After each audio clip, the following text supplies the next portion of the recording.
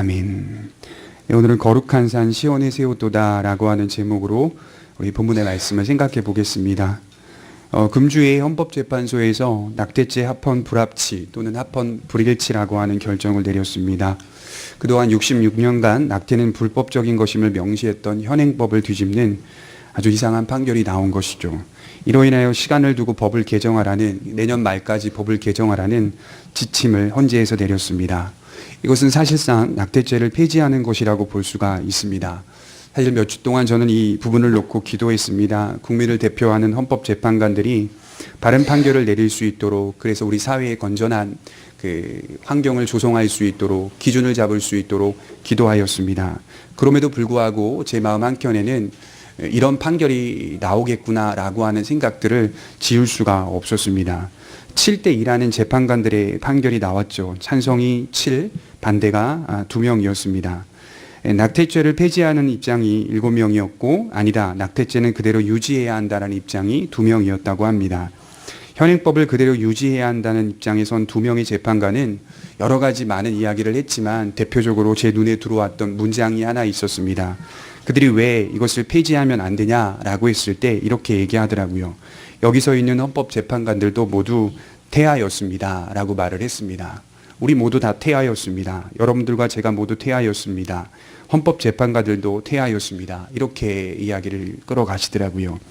이미 생명이 시작된 순간 그 권리는 그 생명에게, 동시에 창조하신 창조주에게 있다라고 할 수 있습니다. 누구의 권리로 그 생명을 빼앗을 수 있겠습니까? 낙태죄를 폐지하자는 입장 속에서 그들은 아주 교묘하게 이런 이야기를 집어넣었습니다. 22주 이내에는 괜찮다. 그러나 22주 이상일 경우에는 불법이라 명시하자.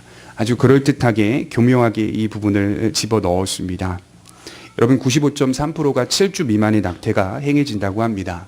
헌재가 말하는 일정 기간이란 7주 미만은 가능하다는 말이기 때문에, 그렇다면 사실상 모든 낙태가 허용되고 마는 것이죠. 저는 이런 상황을 보면서 오늘 말씀이 떠올랐습니다. 어찌하여 민족들이 허사를 경영하는고. 시편 2편 1절을 보십시오. 어찌하여 민족들이 허사를 경영하는고.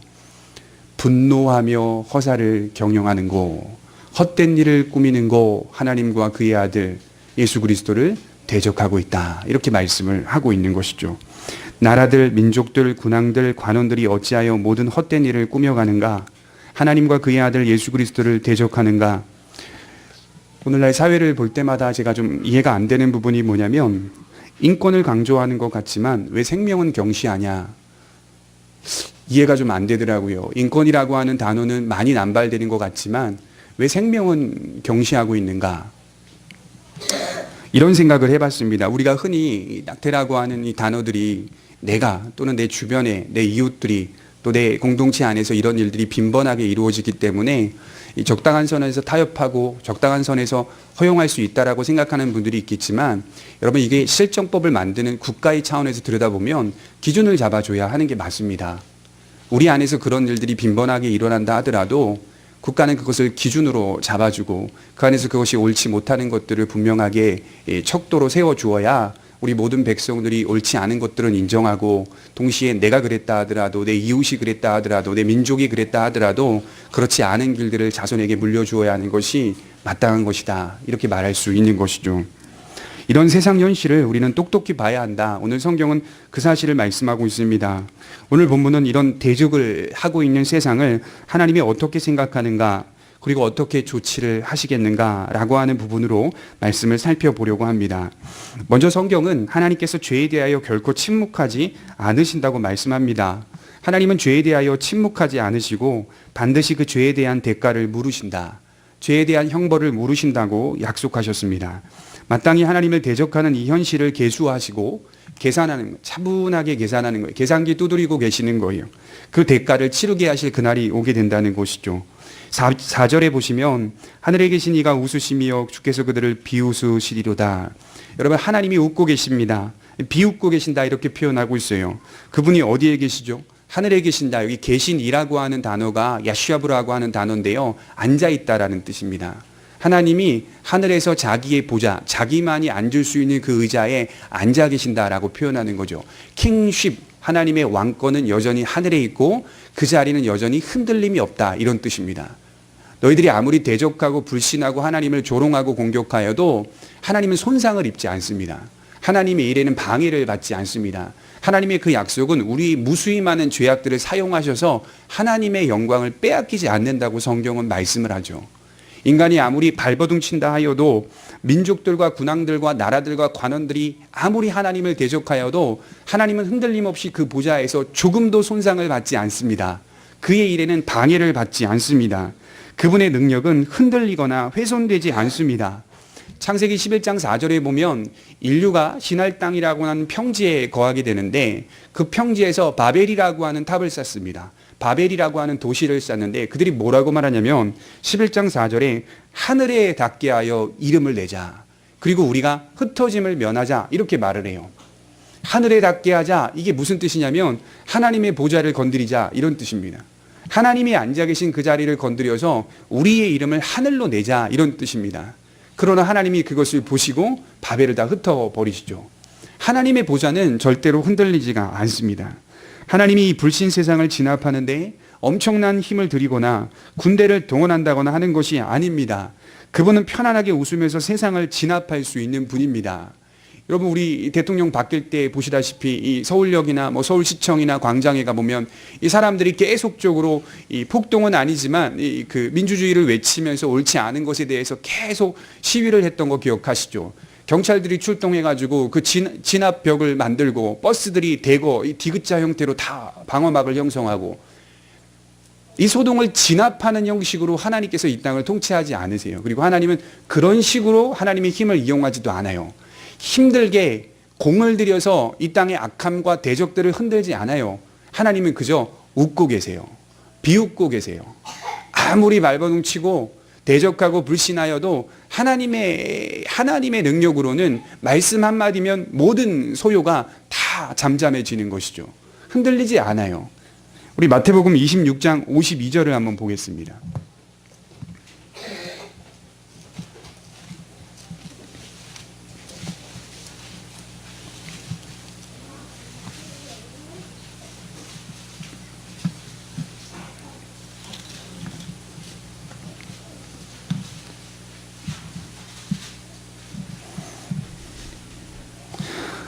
마태복음 26장 52절부터 54절까지 좀 보도록 하겠습니다.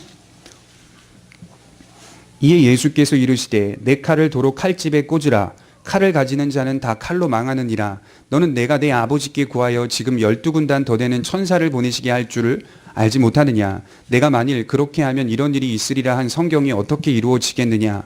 그때 예수께서 무리에게 말씀하시되 너희가 강도를 잡는 것 같이 칼과 몽치를 가지고 나를 잡으러 나왔느냐. 내가 날마다 성전에 앉아 가르쳤으되 너희가 나를 잡지 아니하였도다. 지금 베드로가요, 칼을 숨기고 있다가 예수님을 잡으러 온 사람들에게 칼을 휘두르는 장면이에요.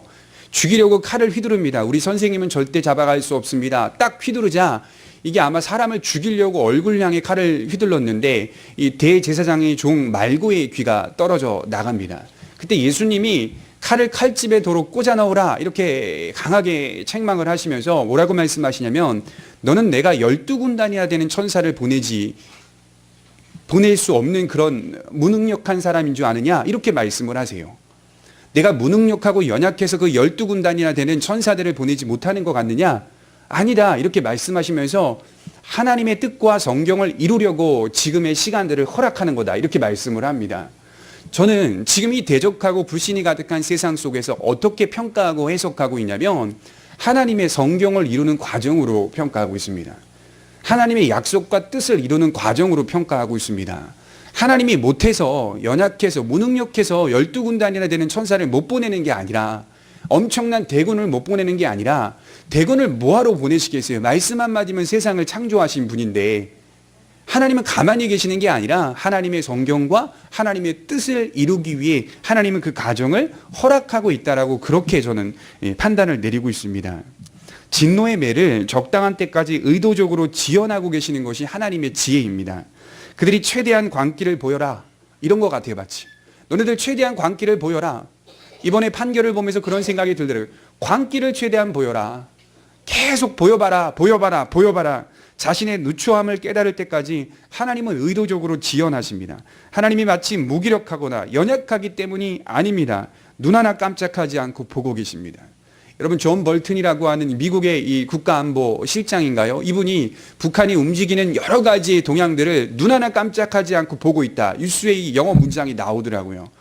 눈 하나 깜짝하지 않고 다 보고 있다. 그들이 갖고 있는 위성으로 뭘 준비하고 뭘 계획하는지를 다 보고 있다. 그래서 이번에 북미회담에서 이제 그 이야기를 나눌 때 깜짝 놀랐잖아요, 지도자가. 그들이 정말 모를 거라고 생각하는 것들이 그 입에서 툭 나오니까 당황했다고 하잖아요, 김정은 위원장이. 볼턴이 그렇게 말을 해요. 저 그 이야기를 들으면서 무슨 생각을 하냐면, 하나님이 세상 사람들이 움직이는 모든 것들을 눈 하나 깜짝하지 않고 다 보고 계시는 거예요. 어찌 보면 하나님이 보시는 것은 이 땅이 아무리 편리하게 잘 발전하였다 하더라도 이 땅이 가진 위성보다 더 면밀하게 분명하게 분석해내고 계세요. 왜냐하면 하나님은 한 사람의 폐부를 보시거든요. 사람의 심장을 본다는 뜻이거든요. 사람의 마음을 보고 계시니까 누구 하나도 하나님의 바운더리에서 빼앗기지 않아요. 벗어날 수가 없어요. 그렇게 하나님은 오늘도 보고 계십니다. 솔로몬이 이런 말을 했어요. 전도서 5장 2절에 너는 하나님 앞에서 함부로 입을 열지 말며 급한 마음으로 말을 내지 말라. 하나님은 하늘에 계시고 너는 땅에 있습니다. 하나님은 하늘에 있고 너는 땅에 있다라는 이 극명한 차이, 존재의 차이로 하여금 무슨 말을 걸 때에도, 무슨 말을 내어 놓을 때에도 함부로 입을 내어서는 안 된다, 이렇게 말씀을 합니다. 존재의 차이가 있죠. 우리는 땅에 있습니다. 하나님은 하늘에 계십니다. 하늘에 있다라는 표현이 제가 좀 전에 뭐라고 말씀드렸죠? 야슈야부, 하나님의 보좌에 앉아 계십니다. 킹십, 하나님의 왕권에 앉아 있습니다. 통치자의 자리에 앉아 있습니다. 존재적 차이가 너무나 큽니다. 인식의 대상이 다르죠. 그러니 생각도 다르고 행동도 다를 수밖에 없죠. 하나님의 백성들은요, 인식하는 대상이 다르다는 거예요. 우리는 하나님을 인식하며 사는 거지 국가의 법이나 국가의 어떤 제도를 인식하며 사는 건 사실 아닙니다. 그것을 인정하고 받아들이면서 우리가 지금 삶을 살고 있지만, 준법 정신을 갖고 살고 있지만, 그렇게 살아가려고 하는 동향, 동기, 목적이 무엇 때문입니까? 인식의 대상이 국가가 아니라 하나님이기 때문이에요. 칼빈이 말했듯이 코람 데오, 하나님의 면전 앞에 서 있는 삶을 매일 살고 있기 때문에 우리는 그 인식 때문에 우리가 살아가는 겁니다. 조금 세상 사람들 중에서 나은 사람들은 양심의 차원으로 인생을 삽니다. 양심에 찔리니까 죄를 안 지어요. 양심에 찔리니까 마음이 힘들어요. 성도는 그거보다 한 발 더 나아갑니다. 양심의 차원만의 문제가 아니라 하나님이 우리를 보고 계시고 하나님의 면접 앞에 서 있다는 그 문제 앞에서 인생을 삽니다. 제가 대학 때 이혁재 집사님이 채플 시간에 대학교에 오셨어요. 이제 예배를 인도하러 오셨는데요. 그때가 이제 간증의 시간이었어요. 올라오는데 강대상이에요. 자꾸 뒤를 흠칫흠칫 쳐다봐요. 그 당시에 이혁재 집사님이 연예인들 중에서 제일 돈을 잘 벌고 있는 시점이었답니다. 우리가 흔히 연예대상 같은 경우 대상, 우수상 이런 거 나올 때 그 대상을 받은 사람들이 돈을 많이 버는 것 같잖아요. 그게 아니라고 말해 주더라고요. 대상을 받지 못해도 그 사람보다 더 많이 벌고 있는 연예인들이 있다는 거예요. 그게 자기라고 자랑을 하더라고요. 오셔서. 자기는 대상은 받지 못했지만 사실 그 당시엔 탑이었다, 이렇게 말씀을 하셨거든요. 올라오는데 자꾸 뒤를 힐끔힐끔 쳐다보는 거예요. 강대상에서.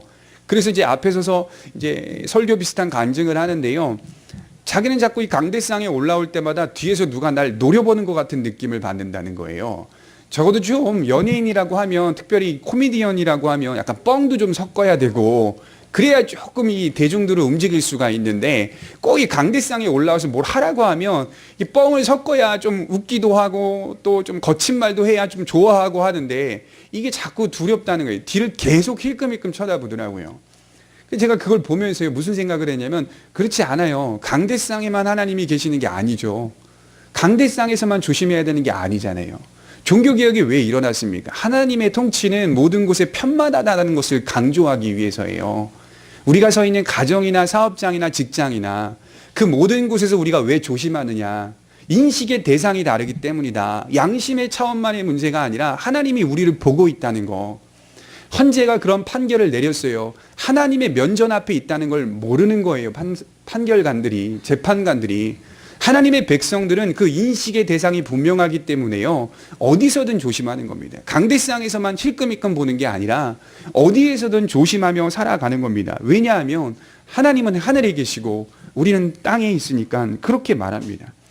요한일서 2장 29절에 보면 사도 요한이 이런 고백을 해요. 너희가 그가 의로우신 줄을 알면 의를 행하는 자마다 그에게서 난 줄을 알미라.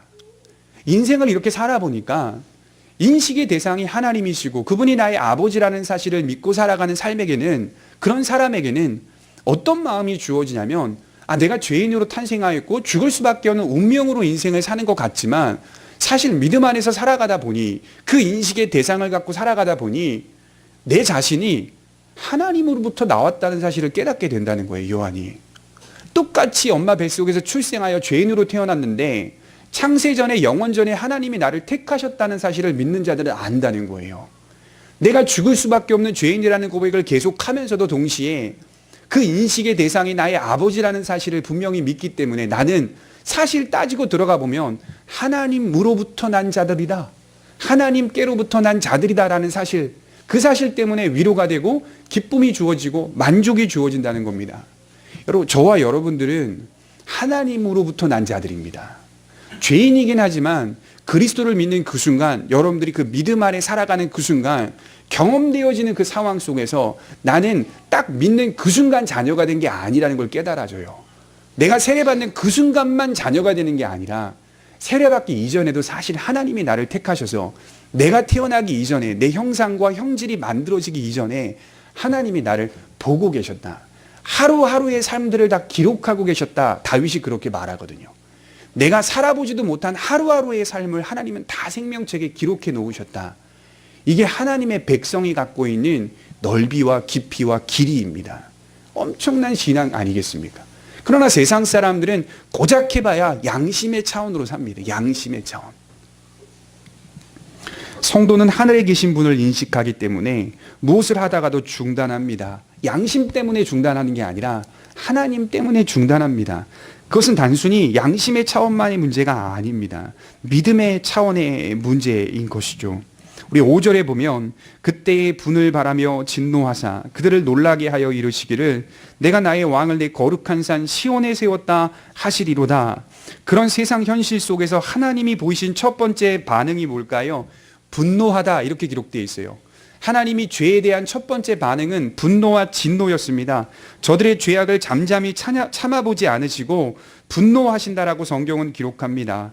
하나님이 이 불신 세상에 대하여 제일 먼저 보이신 반응은 분노와 진노였습니다. 이 히브리어로 보게 되면 이게 경멸하다는 뜻이거든요. 굉장히 경멸하다, 이렇게 보고 계시는 상황이에요. 하나님은 죄에 대하여 경멸하시는 분입니다. 하나님이 제일 싫어하는 게 뭐죠? 죄입니다. 죄. 가장 싫어하는 게 죄입니다. 그의 아들 예수 그리스도를 보내신 목적이 뭡니까? 죄를 제거하기 위해 보내신 거 아니에요. 죄를 굉장히 싫어하세요. 바울은 이 사실을 로마서에서 이렇게 말했어요. 하나님의 진노가, 이 경멸이 불의로 진리를 막는 사람들의 모든 경건하지 않음과 불의에 대하여 하늘로부터 나타나나니, 진노가 불의와 죄악을 보면서 하늘로부터 나타나게 된다. 사람들의 죄악, 불신앙과 불의에 대하여 하나님께서는 아주 맹렬하게 분노하십니다. 우리는 하나님의 은혜를 날마다 바라봅니다. 그렇죠. 기도하고 하나님 안에 살아가면서 우리가 묵상하는 것 중에 제일 큰 묵상이 뭐예요? 은혜잖아요. 은혜. 우리는 우리를 용서하시고 우리를 돌보시고 인도하시는, 그냥 그게 좋습니다. 하나님의 은혜를 날마다 봅니다. 하나님의 긍휼을 봅니다. 자비로우심을 봅니다. 사람이 불쌍히 여기고 사람이 자비를 베푸는 게 아니라 그분은 무한하셔서 나의 큰 죄라도 영원히 자비를 베푸시고 긍휼히 여기실 것을 바라봅니다. 죄인을 용서하시는 무한한 사랑을 바라봅니다. 그러나 여러분, 한쪽 다리를 놓쳐서는 안 돼요. 하나님은 절름발이가 아니거든요. 하나님의 무한한 자비와 긍휼과 사랑을 본다면 하나님의 준엄한 공의로우심도 보셔야 됩니다. 자비와 긍휼이 왜 존재하는지 아십니까? 공의가 있기 때문에 그걸 묵상할 수가 있는 거예요. 하나님의 준엄한 심판이었다면 영원한 사랑과 영원한 자비와 긍휼이 묵상이 안 되죠. 하나님은 절름발이가 아닙니다. 두 다리를 놓쳐서는 안 돼요. 하나님의 말씀을 보게 되면 소홀히 여기지 않는 주제가 있어요. 그 두 개의 주제가 계속 사이클처럼 움직이는데요. 하나는 하나님의 영원한 자비, 용서하시는 은혜, 또 하나는 하나님의 준엄한 심판, 공의로우심. 이걸 소홀히 취급하지 않습니다. 자비가 있는 곳에는 하나님의 공의로우심이 있고 하나님의 공의가 있는 곳에는 하나님의 자비로우심이 있습니다. 성경은 어느 한 곳에서도 하나님의 의로우심에 대하여 소홀히 여기지 않습니다.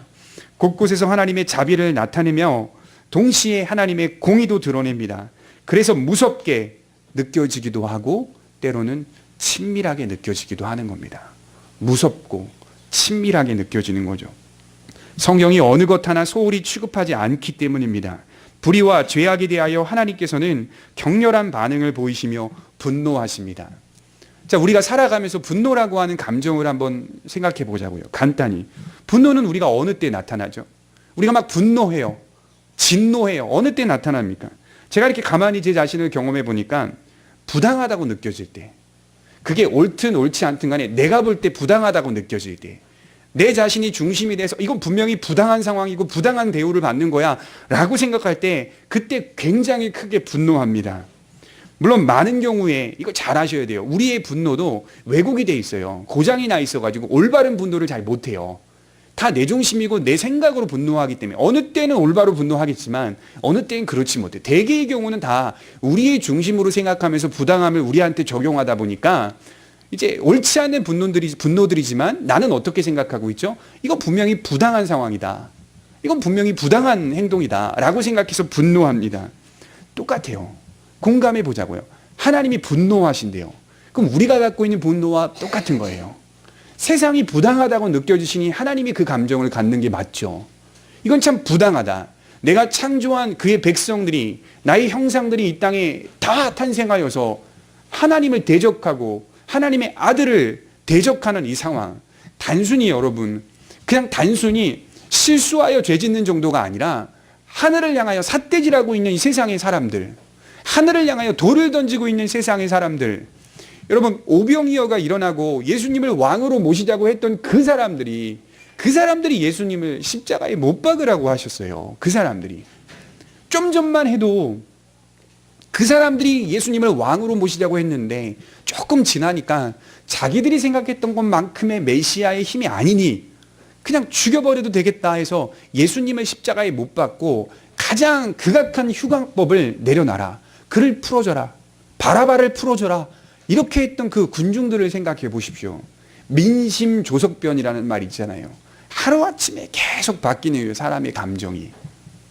하나님은 지금 부당하다고 말하는 겁니다.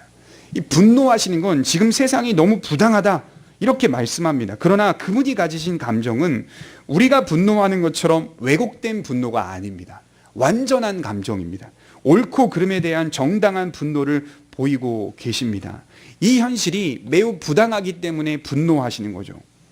흔히 하나님의 심판이 신속하게 이루어지지 않아 보여서 사람들이 너그럽게 대하시나 보다 이렇게 생각할 수 있겠지만 성경 곳곳에는 그렇게 말하지 않습니다. 하나님이 죄를 경멸하시고 미워하신다는 사실을 매우 반복적으로 강조합니다. 시편 5편 4절에 주는 죄악을 기뻐하는 신이 아니시니 악이 주와 함께 머물지 못하고 오만한 자들이 주의 목전에 서지 못하리이다. 주는 모든 행악자를 미워하시고 시편 1편 5절에 그러므로 악인들은 심판을 견디지 못하며 죄인들이 의인들의 몸에 들지 못하리로다. 무릇 의인들의 길은 여호와께서 인정하시나 악인들의 길은 망하리로다. 로마서 2장 8절에 바울은 내가 하나님의 심판을 피할 줄로 생각하느냐. 그렇게 죄를 짓고 불신하며 대적하며 산 그 사람들을 향하여 내가 하나님의 심판을 피할 줄로 생각하느냐. 베드로후서 2장 3절에 베드로는 그들이 탐심으로써 지어낸 말을 가지고 너희로 이득을 삼으니 그들의 심판은 옛적부터 지체하지 아니하며 그들의 멸망은 잠들지 아니하느니라. 그들의 심판은 옛적부터 잘 준비되어 있다 이런 뜻이에요. 잘 계획되어 있다. 차곡차곡 하나님이 모아가고 있다. 그들의 멸망은 잠들지 않는다. 하나님이 잠들지 아니하시는 분이기 때문에 베드로가 그렇게 고백하고 있어요. 성경은 그 심판이 신속하게 이루어지지 않는다 하여도 믿음의 사람들은 죄에 대하여 어떤 자세를 취해야 하느냐라고 물을 때 이렇게 대답하고 있습니다. 신속한 자세를 취하라. 여러분 죄에 대하여서는 하나님의 백성들이 신속한 자세를 취해야 돼요. 로마서 16장 19절에 너희가 선한 데 지혜롭고 악한 데는 미련하기를 원하노라. 선한 데는 발빠르게 대처해야 하지만 악한 일을 하는 데는요, 멍청한 사람들이라는 거예요. 우둔한 사람들이 움직이지 말라는 거예요. 신속한 대처를 보여라. 티끌만한 죄도 하나님 미워하시고 경멸하시니 신속하게 대처하라, 이렇게 말하는 거죠. 선한 데는 지혜를 발휘하여 모든 사람들에게 그 선을 알릴 수 있어야 하지만 악한 데에는 오므라들어라, 멍청한 사람이 되라, 우둔한 사람이 되라, 이게 바로 신속하게 대처하라는 말입니다. 신속하게 여겨 죄와 불의에 타협하지 말라고 말합니다. 어떤 성도가 죄를 멀리합니다. 불의를 멀리하려 합니다. 왜 그럽니까? 물어보니까 예수님 나의 죄 때문에 오셨잖아요.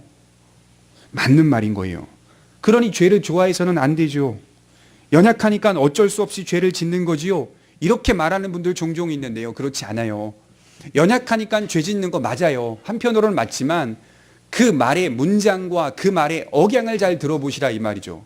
같은 말을 하더라도 정말 내가 넘어져서 탄식하는 마음으로 하는 사람과 연약하니까 넘어지는 거지요 라고 하는 사람과는 다른 거죠. 그렇지 않겠어요? 은혜가 뭐겠어요? 은혜 받을 자격 없는 사람이 은혜가 주어졌기 때문에 항상 부끄럽게 여기는 거. 부끄럽잖아요, 우리가. 어떻게, 저도 목사가 된 게 부끄럽거든요. 저 같은 사람이 어떻게 하나님의 온전한 말씀을 전파하고 있냐, 이 말이죠. 부끄러운 거예요. 서로가 부끄러운 앞에서 하나님의 은혜와 소망을 바라볼 때 그 사람이 진짜 믿음이 있는 사람 아니겠습니까? 부끄럽게 여기지 아니하고 연약하니까 다 죄를 짓는 거지, 이건 교회 나오지 않는 사람들도 하는 말입니다. 인간이니까 부족하지, 이건 다 모든 사람들이 통용하는 말입니다. 맞아요. 우리 부족하고 넘어질 수 있어요. 그러나 분명한 사실은 그것이 부끄럽게 여겨지고 예수님 우리의 죄 때문에 오셨다. 다른 것 때문에 온 게 아니라 죄 때문에 오셨다. 입에 먹을 것을 주려고, 옷을 입혀주려고, 그런 거 아니거든요. 예수님 우리 죄를 제거하고 해결하시기 위해 오셨다. 그 사실에 우리가 죄를 짓는 데 있어서 신속하게 대처해야 한다고 말을 할 수가 있는 겁니다. 마땅히 하나님을 모시는 사람들은 그분이 죄를 미워하니 우리 또한 죄를 미워해야 하는 닮음이 있어야 됩니다. 여러분, 한 주간 삶을 살아갈 때 내가 아버지를 닮았는가를 확인하셔야 됩니다. 닮음, 작은 거라도 닮음이 좀 있어야 될 거 아닙니까? 작은 거라도. 닮은 모습들이 하나하나씩 발견될 때마다 내 자신이 그렇게 뿌듯한 거예요. 물론 내 힘으로 되는 건 아니지만 하나님이 나를 그렇게 붙들어 가시고 변화시켜가는, 신앙이라고 하는 것이 삶의 변화를 유도한다라고 하는데 그 변화를 유도해 가는, 계속 우리를 작은 부분이라도 하나님 아버지를 닮아갈 때, 닮은 모습이 나올 때 비로소 그 사람의 믿음이 더 견고해진다니까요. 모세가 신명기에서 이스라엘 백성들을 모압 평지에 모아놓고 너희들 가나안 땅에서 강성해질 수 있는 이유를 하나 말할게. 그게 뭐냐면 말씀을 지키라. 세상 사람들은 어떻게 강해지죠?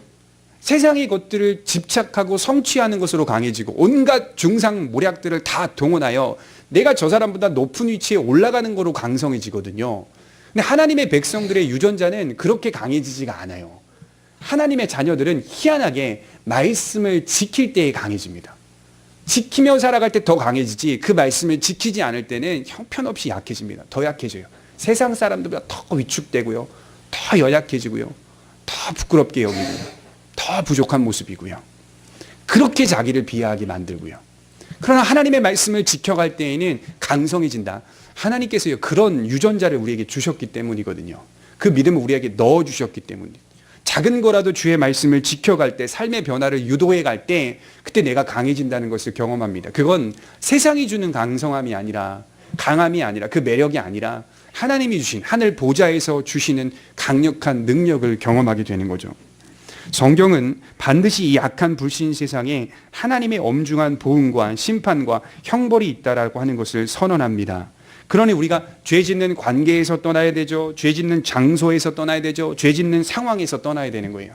모든 것들을 지켜보세요. 내가 지금 죄를 지을 수 있는 가능성이 있는 자리에 있는가? 관계를 맺고 대화를 하면서도 그 대화 속에서 그렇게 죄 짓는 가능성을 자꾸 만들어가고 있는가? 말, 행동, 관계, 상황, 장소 전체적으로 한번 넓혀보세요. 이것이 죄를 짓는 가능성을 자꾸 내가 만들어가고 있는가? 아니면 신속하게 대처하고 있는가? 우리가 다 연약하여 죄 지을 수밖에 없는 부족한 모습이긴 하지만 그럼에도 우리가 대처해야 할 것들은 대처하고 있는가? 성경이 그렇게 말씀을 하고 있는 겁니다. 왜 그러죠? 하나님의 엄중한 심판이 기다리고 있기 때문에, 하나님의 엄중한 보응이 기다리고 있기 때문에 구원이라고 하는 것을 묵상해 봤어요. 그렇게 왜 나에게 예수 그리스도의 십자가의 죽음과 부활, 영원한 생명, 그 구원이 왜 중요하고 귀한가, 왜 이것이 나에게 가장 소중한가라고 생각해 보니까 역시 구원을 묵상하기 위해서는 유일한 통로를 지나가야 됩니다. 구원의 크기와 가치와 그 구원의 무게감을 묵상하기 위해서는 하나의 통로만을 지나가야 됩니다. 그게 뭘까요? 죄의 심판과 형벌이라는 통로를 지나야 합니다. 어떤 사람이 구원의 크기를 그렇게 크게 여기지 않아요. 그럼 그 사람은 지금 무엇을 믿지 못하는 겁니까? 구원을 믿지 못하는 게 아니라 죄의 심판과 형벌을 믿지 않는 겁니다.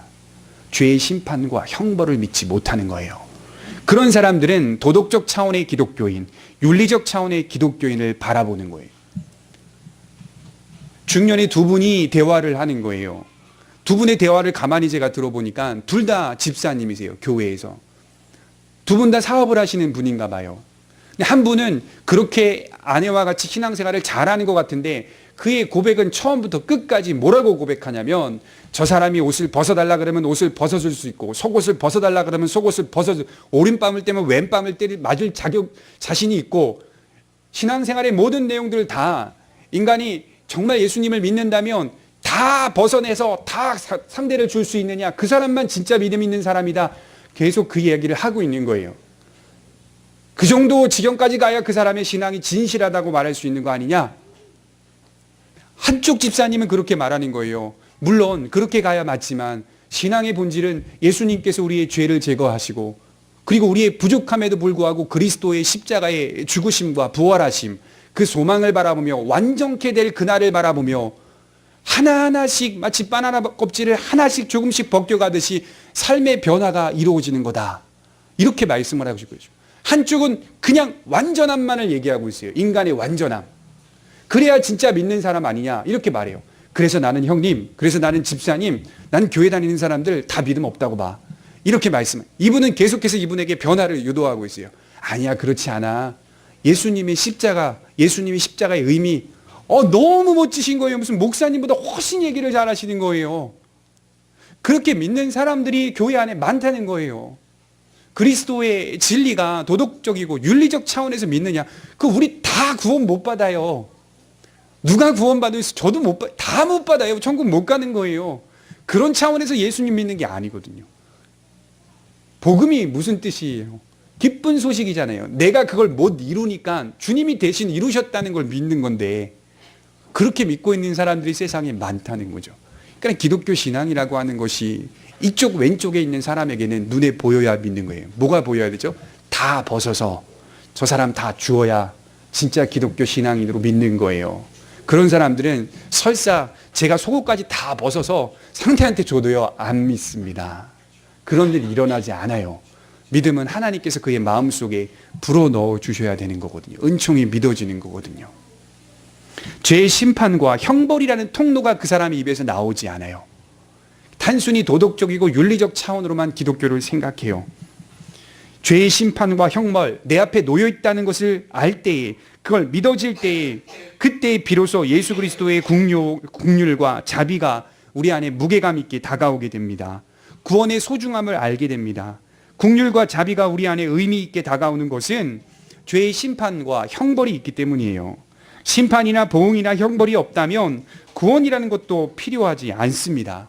구원이 필요가 없어요. 죄의 심판과 형벌이 없으면. 교회 나올 필요도 없어요. 죄의 심판과 형벌이 없으면. 여러분, 구원이 무엇입니까? 하나님의 심판과 분노와 형벌에서 벗어나는 거 아닙니까? 우리가 여기 이 자리에 예배를 드려요.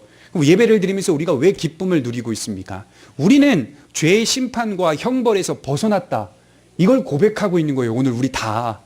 죄의 심판과 형벌에서 벗어났다. 우리 모두 다 악인과 같은 삶이 세상 속에서, 우리의 삶 속에서 보여진다 하더라도, 그럼에도 예수님이 대신 이루신 그 길을 온전히 믿기 때문에 우리는 심판과 형벌에서 벗어났다. 이게 복음 아닙니까? 종교개혁을 일으킨 마르틴 루터는 어느 날 길을 가던 중에 낙뢰와 벼락이 치는 걸 보고 바바바박 치는 걸 보는 거예요. 문학 석사 학위를 받고 이제 조금 있으면 부유한 집안이니까 법관이 되려고 변호사나 판사가 되려고 길을 가던 중이었어요. 친구와 같이 길을 가는데 아주 백주대낮에 갑자기 낙뢰와 벼락이 파바바박 떨어지는데요. 같이 가는 친구가 낙뢰와 벼락을 맞고 그 자리에서 즉사해 버렸어요. 실제 그 일이 있어요. 그 거리가 있어요. 독일에 가보면 죽어버렸어요. 너무 두려워가지고 루터가 그 자리에서 무릎 꿇고 기도합니다. 그 기도의 내용을 보니까 희한해요. 은총이 많으신 성 안나요. 캐톨릭이잖아요. 그 당시에는. 성 안나요. 나를 이 공경에서 구해주시면 하나님을 따르는 성직자가 되겠나이다. 그리고 나서 모든 기도가 다 회개기도. 죄에서 구원하소서, 심판에서 구원하소서, 형벌에서 구원하소서. 나를 구원해 주신다면 성직자가 되겠나이다. 안 죽었습니다. 루터가 안 죽고 그 기도 때문에 사제가 됐어요. 사제.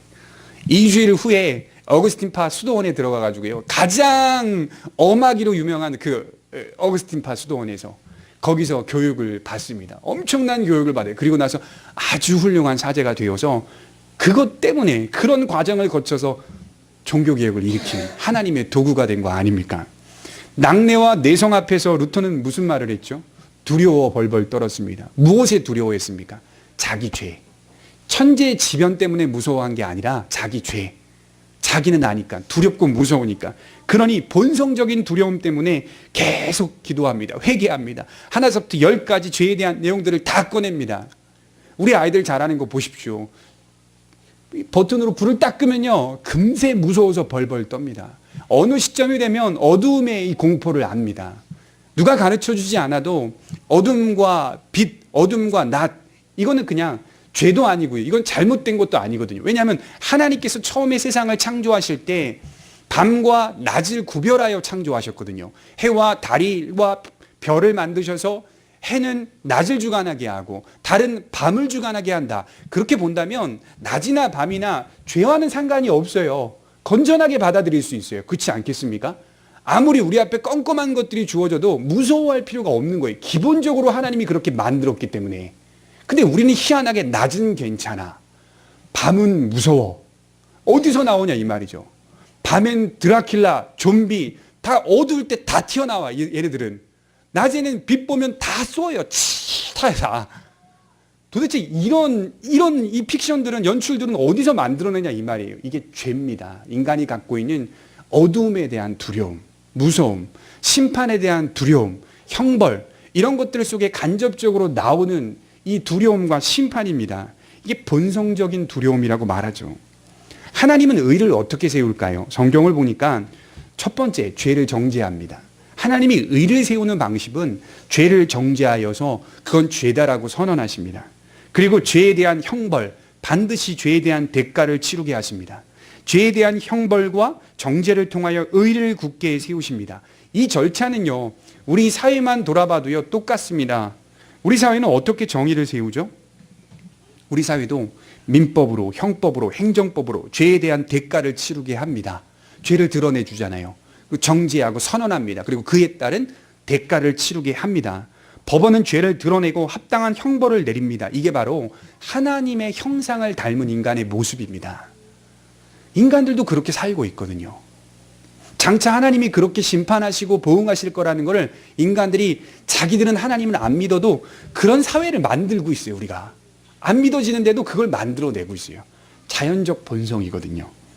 그렇기 때문에 이 악한 불신 세상, 하나님을 대적하고 그의 아들을 끊임없이 대적하는 이 불신 세상은 갈수록 죄가 더욱 드러나고 그 광기가 더욱 드러나며 그에 따른 대가를 치르게 될 심판의 날이 도래하게 될 것입니다. 그래서 저는 지금 이런 상황들은 하나님께서 의를 세우시는 과정으로 봅니다. 왜냐하면 죄를 더 드러내야 되니까. 너 안 믿어? 너희 죄인이라고 안 믿어? 해봐. 해볼 만큼 해봐. 계속 드러내는 거예요. 우리가 누추해질 때까지. 우리가 누추해질 때까지. 때 비로소 하나님의 때에, 오늘 본문에 보면 부사 그때라고 하는 단어가 적혀 있는데요. 하나님의 때에 하나님이 온전히 드러내셔서 진노하시며 심판하시게 될 것이다. 그런데 제가 오늘 말씀드리고 싶은 핵심은 이제 여기서부터 시작이 되는 겁니다. 그런데 이런 세상 속에 대적자들도 놀랄 만큼 아주 희한한 길을 계획하십니다. 아주 놀라운 일을 행하십니다. 참으로 희한한 방식을 선택하십니다. 그 방식이 심판의 날까지 직접적인 위협을 통해서가 아니라 그의 아들을 시온에 세우는 방식으로 세상을 통치해 가십니다. 하나님이요, 이 분노하시면서도요, 세상을 직접적으로 가하지 않아요. 위협을 가하지 않고 은밀하게 세상을 통치해 가십니다. 그 방식이 뭐죠? 그의 아들을 시온에 세우면서 통치해 가십니다. 그의 아들을 시온에 세우는 방식, 저는 이걸 보니까 이런 생각이 들더라고요. 아주 은밀한 방식이다 보니까 불신 세상이 하나님의 오묘한 지혜를 모르고 오늘도 앞으로도 영원한 심판을 받지 않을 것이라고 생각하는 거죠. 이 통치의 방식이 너무 오묘하고 은밀하니까 어차피 심판은 일어나지 않아 라고 생각하면서 불신자들은 여전히 대적하며 살게 하는 방식. 그러나 믿음의 사람들은 이 은밀한 방식을 선택합니다. 조롱을 받는데도 이 은밀의 방식을 선택합니다. 그의 아들이 거룩한 산 시온에 세워졌도다. 얼마나 희한한 방식 아닙니까? 여러분, 노아가 죽어라고 방주를 만드는데요, 누구 하나 관심을 갖지 않았어요. 온갖 세상적 정욕에 빠져 살았습니다. 예수님께서 노아의 사건을 진짜 있었던 역사적 사건이라고 고백하면서 이렇게 말씀하셨거든요. 마태복음 24장 38절에 예수님이 하신 말씀이에요.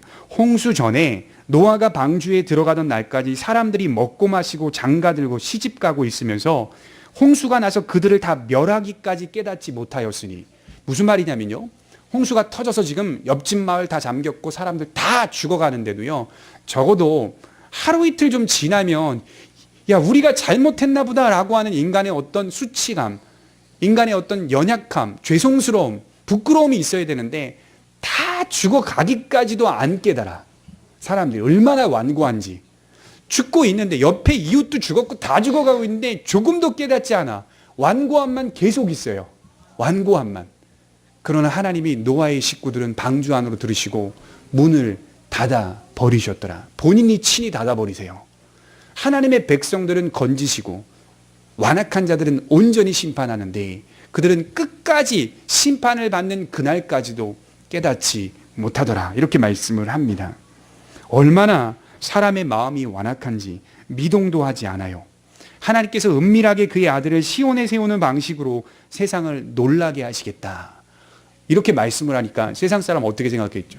그게 무슨 놀랄 일이야? 이렇게 생각한다고요.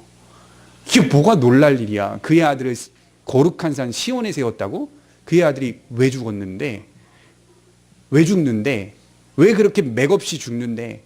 지난번에 전사님 말씀하셨듯이 신문지에 돌돌 싸가지고 쓰레기통에 버릴 만큼 복음이라고 하는 것이 어떻게 보면 하찮게 여겨지는 거 아닙니까? 세상에 볼 때. 그 은밀한 방식을 하나님께서 이 땅에 허락해 놓으신 겁니다. 경건한 자들이 그것을 붙잡도록, 그 소망을 바라보도록. 예루살렘이라고 하는 이 땅의 시온이 아니라, 예루살렘이라고 하는 이 땅의 어떤 장소와 지명이 아니라 하늘에 있는 온전한 예루살렘, 거룩한 산 시온을 바라보며 살게 하시기 위해 하나님은 예수님의 방식을 선택하셨습니다. 여러분 5절에 보시면 그때의 분을 바라며 진노하사 그들을 놀라게 하여 이르시기를 내가 나의 왕을 내 거룩한 산 시온에 세웠다 하시리로다. 여기 원문의 6절에 보면요, 주어가 내가라는 주어가 계속 나와요. 누가 하셨다는 거예요? 하나님이 하셨지 인간이 할 수 없다는 거거든요. 내가 그렇게 했다, 내가 그렇게 했다. 그렇다면 하나님의 사람들은 그것을 믿는 것만 하면 되는 거예요. 믿음으로 그걸 붙잡으면 되는 거예요. 우리가 시온 백성들이다 붙잡고 살아가면 되는 거예요. 메시아를 거룩한 산 시온의 방식, 시온에 세우는 방식을 말씀을 합니다. 이 시온이 구약 성경에 보게 되면요, 이 다윗이 성전을 짓기 위하여 아리우나의 타작마다를 돈 주고 사는데요, 하나의 작은 밭, 터를 사게 돼요. 성전을 짓기 위해. 근데 하나님은 다윗에게 성전을 짓도록 허락하지 않고 너가 아니라 모든 재료를 다 준비해놔. 너의 아들 솔로몬이 성전을 짓게 될 거야. 그 터가 시온산이 됩니다. 그래서 구약 성경은 시온산 그러면 솔로몬의 성전을 지칭했다고 합니다. 시온산. 근데 이 시온산이라고 하는 솔로몬의 성전이 장차 예수님께서 오시고 난 이후에 예수님 자신을 가리키는 말이 되었어요. 그분이 시온이다라고 하는 말이 된 거죠. 그래서 이 성전, 이 시온이라고 하는 말이 같은 의미로 우리에게 다가올 수 있습니다. 여러분, 하나님의 성전, 성전이라고 하는 그 의미가 무엇을 나타내냐면 하나님과 그의 백성들 간의 관계를 나타낼 때 사용됩니다. 그러니까 우리는 흔히 그냥 성전하면 성전으로만 이해하지만요. 그게 아니에요. 성전하면 바로 떠오르는 생각이 그분의 백성이 있고 그분과 관계가 결속되어 있구나. 이걸 떠올려야 돼요. 성전은 하나님과 그의 백성들이 세상 속에 성별되어 있어서 서로 관계를 맺고 결속이 되어 있는 상태. 그걸 바로 성전이라는 의미라고 볼 수가 있습니다. 하나님과 그의 백성들 간의 관계가 바르게 유지되기 위해서는 성전이 꼭 필요했습니다. 그래서 구약 성경은 꼭 성전을 세웠어요. 그의 백성들과 바르게 관계를 유지하기 위해서. 이 성전을 통하여 하나님과 그의 백성들은 그 관계를 유지해 가면서 세상 가운데 거룩한 백성임을 드러내 주었습니다. 이게 어떻게 변했는지 요한복음 2장 19절을 한번 보겠습니다.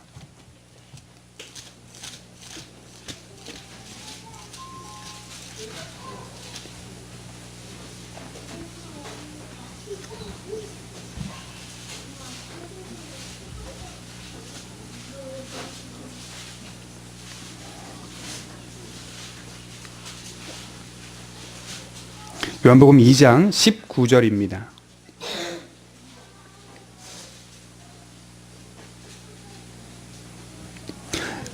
요한복음 2장 19절 예수께서 대답하여 이르시되 너희가 이 성전을 헐라 내가 사흘 동안에 일으키리라.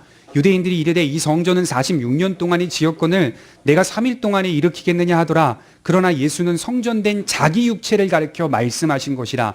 죽은 자 가운데서 살아나신 후에야 제자들이 이 말씀하신 것을 기억하고 성경과 예수께서 하신 말씀을 믿었더라. 여러분, 우리가 얼마나 복된 존재인지 저는 이 말씀 보면서 참 기쁘고 감사하다. 왜냐하면 우리는 이 말씀의 의도와 뜻을 다 알고 있거든요. 제자들은 이걸 몰랐어요. 성전을 헐라 내가 3일 만에 이 성전을 다시 세우리라. 제자들이 모르고 있다가 주님이 부활하시니까 비로소 지난번에 말씀하신 내용이 이 내용이구나, 이걸 깨닫게 되었다. 성령의 능력으로. 성전이 누굽니까? 46년 동안 세워진 그 헤롯 성전, 그 이전에 세워진 솔로몬 성전, 그동안 이스라엘 백성들이 그렇게 집착했던 곳이 어디냐면 예루살렘 성전이었거든요. 유대인들에게는 집착하는 곳은 딱 하나밖에 없어요. 예루살렘. 그 성전, 그 땅밖에 없어요. 지금도 이스라엘 가보시면요, 그들이 제일 많이 강조하는 게 뭐냐면 성전이에요. 어디죠? 땅에 있는 성전. 근데 우리는 그걸 알아요. 복음의 참된 의미를 알아요. 땅에 있는 성전은 없다요. 없다. 그런 성전 없다. 주님이 친히 성전이 되셨다. 이걸 강조하는 거예요. 그리고 주님이 그 성전을 너희들 46년 걸렸지, 7년 반 걸렸지, 14년 걸렸지, 3일 만에 일으켜 세우시리라. 부활하신 기간을 말하는 겁니다. 부활하신 기간. 본인이 성전이 되셔서 어떻게 행하셨다는 거죠? 한 사람 안에 들어가 버리시는 거예요. 이제는 여러분들과 우리 안에, 제 안에 들어와 버리셨어요. 그 몸통 성전이 내 안에 들어와서 하나님과 나와의 관계를 유지시켜가는, 결속시켜가는, 누구도 회방하지 못해요. 오래전은 유대인들이 예루살렘 성전에 가야만 제사 드릴 수 있었고 가야만 하나님과 관계를 맺을 수 있었어요. 가는 도중에 강도도 만났죠. 그렇잖아요. 강도도 만나고 방해하는 세력도 만나고. 이제는 그의 백성들이 방해를 안 받아요. 늘상 어디서든 하나님의 성전이 내 안에 들어와 있기 때문에 하나님과 어디서든 결속되어 있어요. 그러니 구원은 취소될 수가 없는 겁니다. 그의 백성들을 하나님께서 이 불완전하고 대적이 가던 불신 세상 속에서 거룩한 산 시온의 백성으로서 삼아 가시는 거, 구별해 가시는 거. 그러니까 여러분들과 저는요, 죄인이긴 하지만 시온의 백성입니다. 거룩한 산 시온에 세워진 백성으로서 하나님이 우리를 구별하신 겁니다. 그리고 아주 은밀한 방식을 우리는 지금 선택하고 있는 거예요. 비아냥받을 만한 방식, 비아냥거릴 만한 방식. 예수 믿는다고 아주 쳐다도 안 볼 만한 그 방식을 우리는 붙잡고 지금 걸어가고 있습니다. 너무 은밀하다 보니까 세상 사람들은 거들떠 보지도 않죠. 여러분, 하나님의 놀라운 지혜가 얼마나 무궁무진하냐면 저와 여러분들을 곳곳에 배치시켜 놨다고 생각해 보십시오. 숨겨놓는 방식이에요. 이 방식이 우리를 숨겨놔 버렸어요. 수십 년 동안 그 사람 알고 지냈는데요, 그 사람 삶의 모습들은 보니까 굉장히 모범적이고 굉장히 훌륭해. 그래도 다른 사람들보다 건전하게 살아가. 근데 한마디도 그 사람의 입에서 예수 그리스도가 나오지가 않아. 복음이 전파되지도 않아요.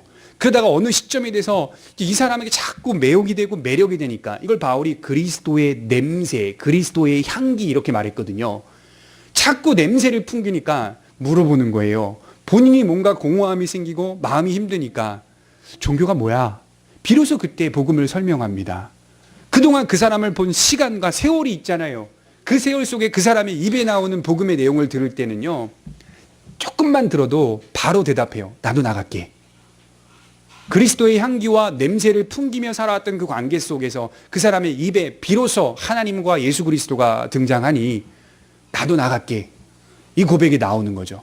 우리를 꽁꽁 세상 속에서 곳곳에 숨겨 놓으셨다가 드러내실 때가 있다는 거죠. 예수 믿는 사람들을 드러내셔 생명의 향기를 풍기는 그 참 희한한 또 방식이 뭐냐면요. 이렇게 향기를 풍기고 냄새를 풍기며 비로소 복음을 증거하여 전도하는데 어떤 사람들은 이 생명의 향기가 사망의 향기로 받아들이더라. 바울이 또 그러거든요. 복음을 전하는데 그 냄새가 그렇게 역겹게 느껴지는 거예요. 예수라고 하는 냄새, 예수님이라고 하는 냄새가 어떤 일은 그렇게 향기로운데 어떤 사람들에게는 역겹게 느껴져요. 사망을 증명하는 향기로 하나님이 우리를 삼으셨다.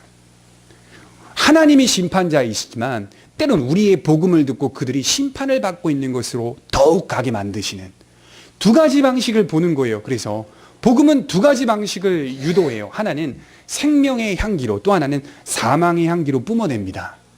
그래요. 그들로 하여금 사망과 형벌과 죄의 심판이 있다는 것을 보게 됩니다. 결국 어디로 우리를 인도하실까요? 히브리서 12장 22절에 그러나 너희가 이른 곳은 시온산과 산과 살아계신 하나님의 도성인 하늘의 예루살렘과 천만 천사와, 결국 우리가 이루는 곳은, 거기 도달하는 곳은 시온산과 하늘의 예루살렘이다. 이렇게 말씀을 하는 겁니다. 여러분, 우리가 좀 연약하고 조롱당하고 쉽게 여김을 받고 우겨쌈을 당한다 하여도요, 여러분과 저희는요 정말 하나님의 무궁한 지혜를 보면서 은밀하게 그 시온을 바라보며 선택하며 살고 있는 거예요. 그러니 제가 바꿔 뒤집어 보면 여러분들의 지혜가 훨씬 세상의 지혜보다 능가하는 거예요. 대단한 지혜를 갖고 계시는 거예요. 그 은밀한 방식을 지금 취합하고 이해하고 있거든요. 선택하고 있거든요. 그 방식은요 어디 좋은 대학을 가서 배울 수 있는 것도 아니고요, 똑똑한 사람을 만난다고 볼 수 있는 것도 아니거든요. 그러나 너희에게 보는 눈과 듣는 귀를 허락하지 아니하였도다. 신명기에서 하나님의 백성들을 얼마나 사랑하시는지 그의 백성들에게만 보는 눈과 듣는 귀를 허락하였다. 이 말씀이 예수님이 복음서에서 듣기는 들어도 듣지 못하고 보기는 보아도 보지 못하고 깨닫지 못하는도다, 이렇게 말씀을 하는 겁니다. 하나님의 은혜를 받아 그 은밀한 방식을 우리의 마음에 새기고, 사실 이게 가장 안전한 방식이라고 믿고 살아가는 우리들이 얼마나 복된 존재인지 모릅니다. 기도하도록 하겠습니다. 자비하신 하나님,